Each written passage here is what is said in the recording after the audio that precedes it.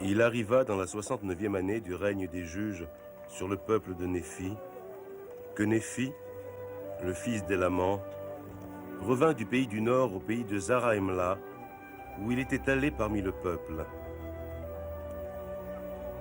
Et ils avaient rejeté toutes ses paroles, de sorte qu'il était revenu au pays de sa naissance.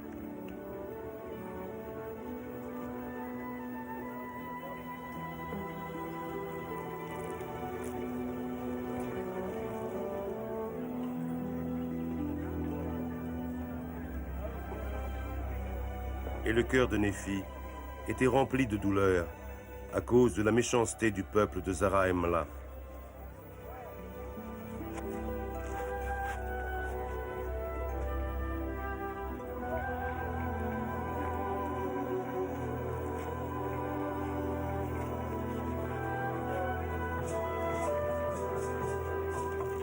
Et Néphi vit le peuple dans un état de perversité terrible comme celui-là.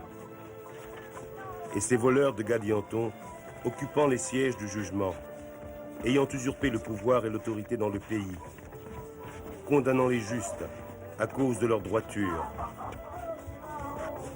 laissant aller les coupables et les méchants impunis à cause de leur argent.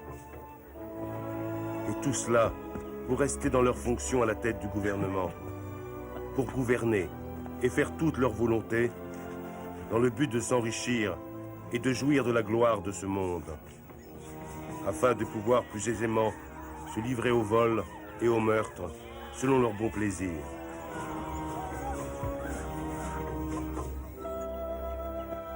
Néphi se trouvait sur une tour dans son jardin, lequel était situé près de la grande route qui menait au marché principal de la ville de Zaraïmla. Et Néphi s'inclina sur la tour. Et il arriva que certains hommes passant par là virent Néphi et penchant son cœur à Dieu sur la tour. Et ils coururent dire au peuple ce qu'ils avaient vu. Le peuple vint en foule afin de connaître la cause d'une si grande douleur pour la méchanceté du peuple. Et quand Néphi se leva, il vit les multitudes de gens qui s'étaient assemblés.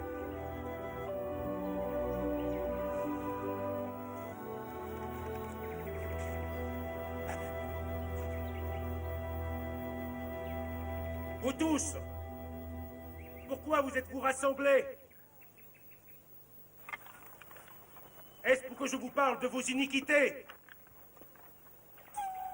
Et comment avez-vous pu oublier votre Dieu au jour même où il vous a tous délivrés? Mais voici, c'est pour avoir du gain, pour être loué par les hommes. Oui, c'est pour amasser de l'or et de l'argent. Et si vous ne voulez pas vous repentir, alors cette grande ville et toutes ces grandes villes qui se trouvent alentour vous seront enlevées. Le malheur fondra sur vous à cause de cet orgueil que vous avez laissé entrer dans votre cœur. Pourquoi ne saisissez-vous pas cet homme et ne le faites-vous pas comparaître pour qu'il soit condamné pour le crime qu'il a commis? Écoutez-moi. Pourquoi souffrez-vous que cet homme nous insulte? Il condamne tout ce peuple, même à la destruction. Et dit que ces grandes villes qui seront les nôtres nous seront enlevées. Nous savons que cela est impossible. Voici, nous sommes très puissants et nos villes sont très vastes. C'est pourquoi nos ennemis ne peuvent avoir aucun pouvoir sur nous.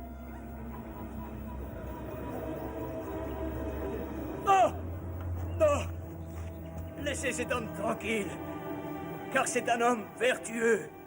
Et assurément, les choses qu'il dit arriveront certainement, à moins que nous nous repentions. Alors tous les jugements nous frapperont, car nous savons qu'il a témoigné correctement, touchant toutes nos iniquités. Et voici, Elles sont nombreuses.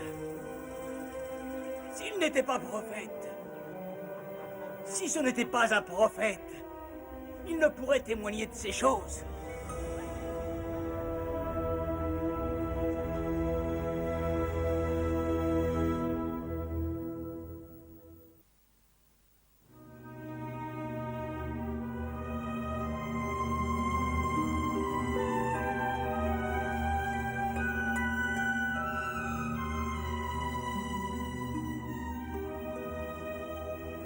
Même actuellement, à cause de vos meurtres, de vos fornications et de votre méchanceté, vous devenez mûrs pour la destruction éternelle.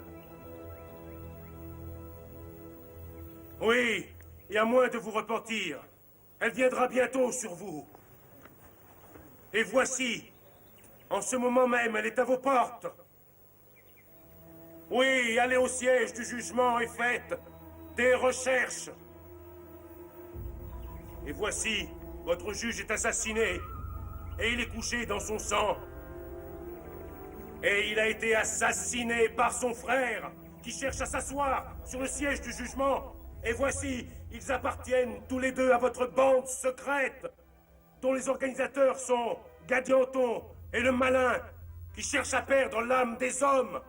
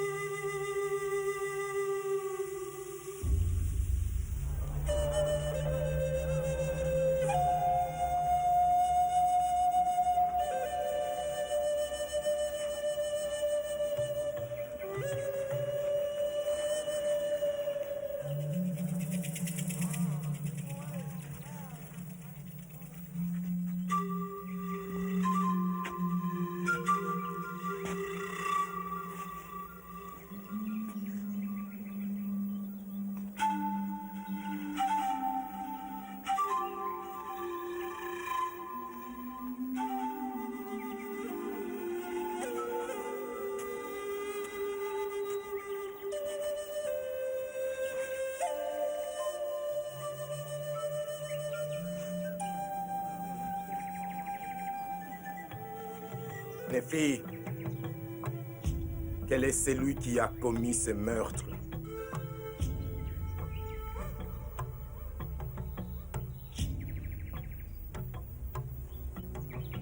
Alors, dis-le-nous et confesse ta faute.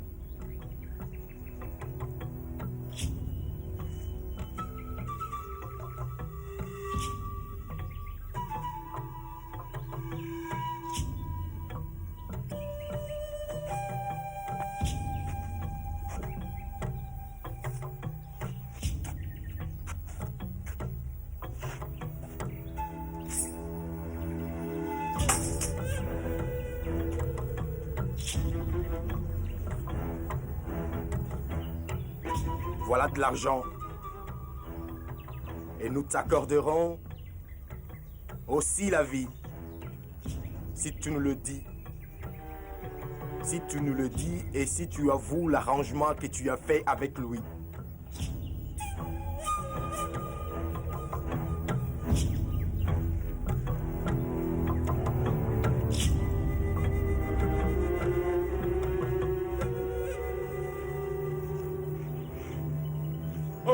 insensé, aveugle, et toi au peuple. Peuple obstiné, savez-vous combien de temps encore le Seigneur, votre Dieu, souffrira que vous continuiez dans cette voie du péché? Vous dites que je me suis arrangé avec un homme pour assassiner Césoram, notre grand juge, parce que je vous ai rendu mon témoignage de la méchanceté et des abominations qui sont parmi vous. Et parce que je vous ai montré ce signe, vous êtes irrités contre moi et cherchez à m'ôter la vie.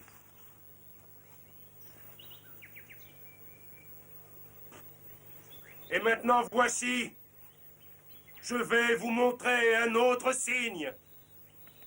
Et voyons si vous chercherez encore à m'ôter la vie.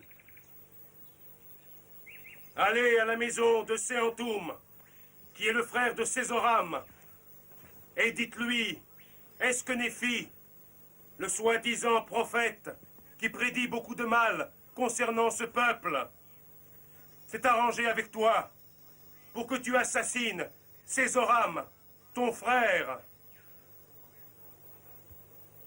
Et voici, il vous dira non.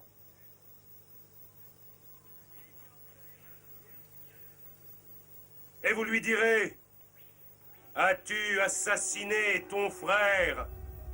Il sera saisi de crainte et ne saura que dire.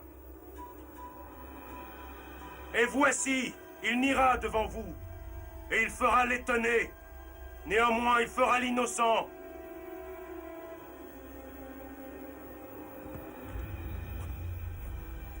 Mais vous l'examinerez, et vous trouverez du sang sur le bas de son manteau. Et quand vous aurez vu cela, vous direz, ne savons-nous pas que c'est le sang de ton frère? Et alors, il tremblera comme si la mort venait sur lui. Alors vous lui direz, par cette crainte et par cette pâleur qui a envahi ton visage, nous savons que tu es coupable. Et alors, une crainte encore plus grande l'envahira. Et alors, il vous fera des aveux et ne niera plus qu'il a commis ce crime. Et dira que moi, Néphi, je ne sais rien de l'affaire, à moins que cela ne m'ait été révélé par le pouvoir de Dieu.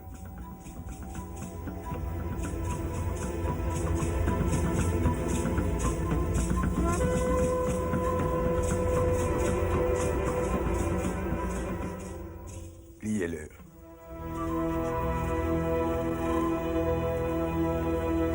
Et vous saurez alors que je suis un honnête homme et que je vous suis envoyé par Dieu.